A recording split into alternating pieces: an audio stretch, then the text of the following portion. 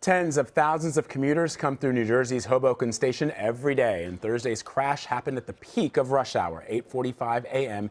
Eastern Time. It caused massive damage to the 109-year-old building.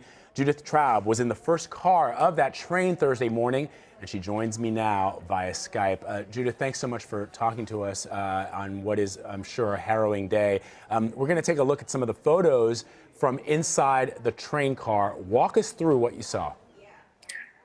So I can't even remember how it happened, but suddenly it was just debris. I mean, it was dark, obviously, and debris falling all over me.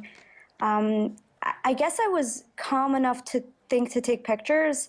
I didn't have any visible injuries or anything like that, so I guess I was able to just take in the scene a little bit. But everything was just it kind of looked like an explosion. I mean, I guess it wasn't, but everything was just turned inside out, and I heard everyone was screaming. I mean, I was screaming also, but and people were crying, and it was just how could we evacuate immediately and help the people who needed the help the most. Definitely terrifying. I'm sure.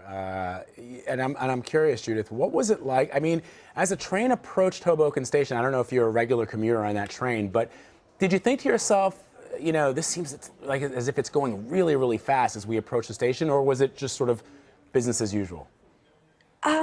So I sleep on the train, and I always wake up, as we're approaching the station. So I think I was just getting up and getting my bearings and getting my stuff together. And, there was already a line because everyone's waiting to get out of the train. And I was kind of half up, half down, but it didn't occur to me that we were going quickly at all. And then, a millisecond later, it was just we had crashed. There was no time to kind of process that we're going to crash. It wasn't like that. Yeah, and I think that, for people who may not be familiar with that train, I mean, generally it doesn't go as fast as for example, an Amtrak train. So people might not be aware of how fast it's going or not going as it approaches a train station, because you said that there were people standing up in the aisles waiting to get off the train. Right. I mean, yeah, because everyone's ready to, we're all in a rush to go to work. So it's and I'm in the first car also because, that way I have a shorter walk to work, that extra 2 seconds that I gain. So, yeah, I mean, everyone was just ready and standing, which I guess was worse because if you're standing, you probably have, sustained more damage. Yeah. Did you hit your head? What kind of injuries did you sustain?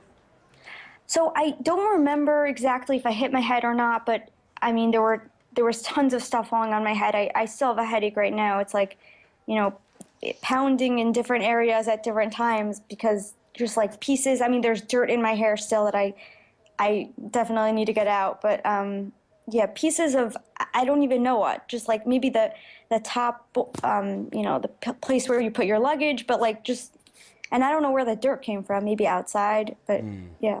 Have you seen a doctor?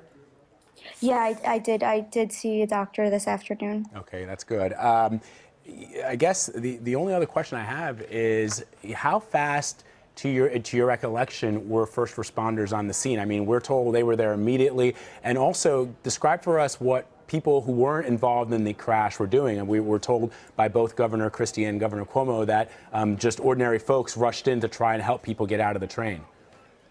Yeah, I would say the way I remember it is that the crash and debris falling was about a minute maybe, and then immediately it was find the emergency exit. I remember a guy in my car trying to bang open the window, but on the other side of the train there was a window that was already open somehow, and before I knew it there was someone standing there. We kind of had to sit on his shoulders to get out, but I mean it was very quick, I'd say. And as I was, they were telling us, go to the waiting area to seek medical attention.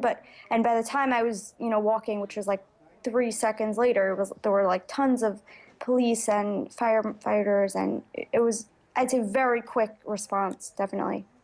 Judith Traub, we're so happy that you're okay. And please, if those headaches continue, let your doctor know. Yeah. I don't want to sound like your dad, but we're really happy that you're okay. Thank you. Thank you so much for having me. Thanks for joining us, Judith.